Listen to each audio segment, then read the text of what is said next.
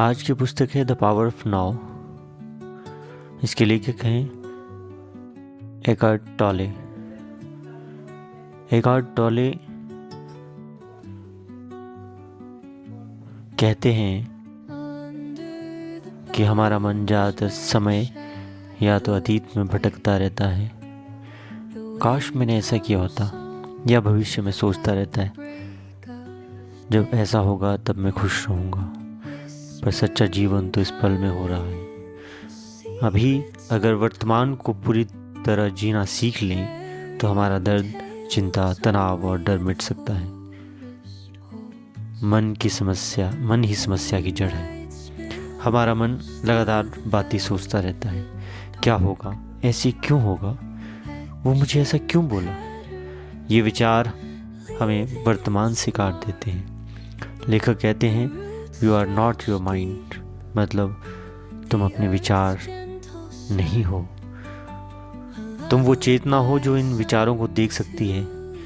जब तुम अपने विचारों को देखना शुरू करते हो तुम उनसे मुक्त होने लगते हो। दर्द और दुख का कारण, अतीत का बोझ। हम अपने भीतर बहुत सारे पुराने गम, शिकायतें और यादें लेकर चलते हैं। लेखक कहते हैं कि पेन बॉडी यानी दुख का शरीर, जब कोई घटना हमें परेशान करती है तो पुराना दर्द फिर जाग उठता है। उपाय, उसे दबाओ मत, बस उसे देखो बिना किसी निर्णय के। वो धीरे धीरे घुल जाएगा। वर्तमान में रहना कैसे सीखें? अपने सांस पर ध्यान दो। जब भी मन भटक के सांस पर लौट आओ।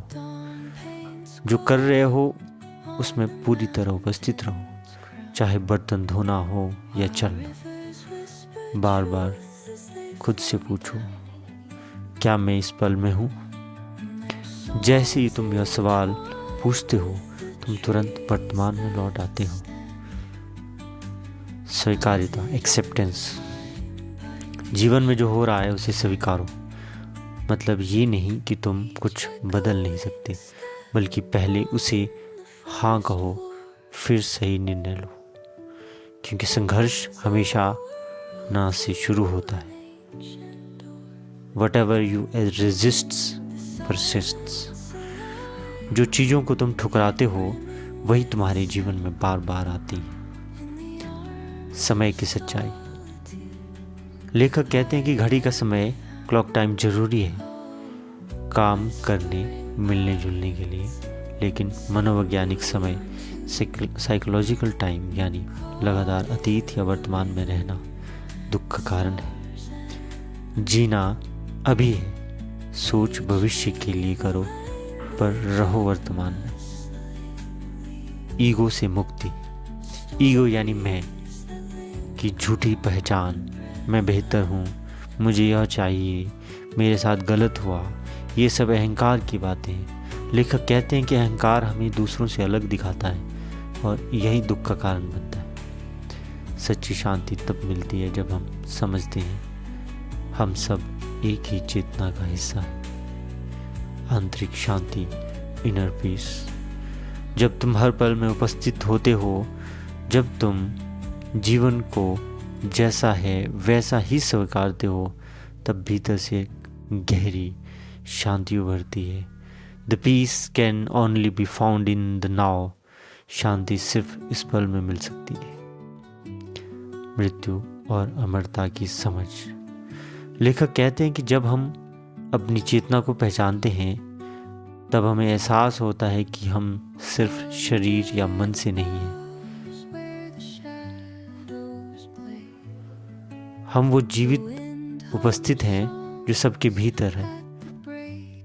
इस एहसास से मृत्यु का डर खत्म हो जाता है। निष्कर्ष, द पावर ऑफ नाउ हमें सिखाती है कि जीवन कोई मंजिल नहीं, यह हर पल की एक यात्रा है। खुशी, सफलता और आत्मिक शांति, यह सब यही है अभी इस क्षण में। मुख्य सीखी, मन तुम्हारा मालिक नहीं, तुम्हारा उपकरण है। अतीत और भविष्य भ्रम है, जीवन सिर्फ अभी है। जो है उसे स्वीकारो, वही मुक्ति है। खुद को अपने विचारों से अलग देखो। हर पल में उपस्थित रहना ही जीवन जीना है। आपने इस बुक को कितना पसंद किया हमें ज़रूर बताएं, अपनी फीडबैक ज़रूर दें। आज के इस बुक समरी में बस इतना ही। कल मिलेंगे किसी अगली बुक समरी के साथ। धन्यवाद।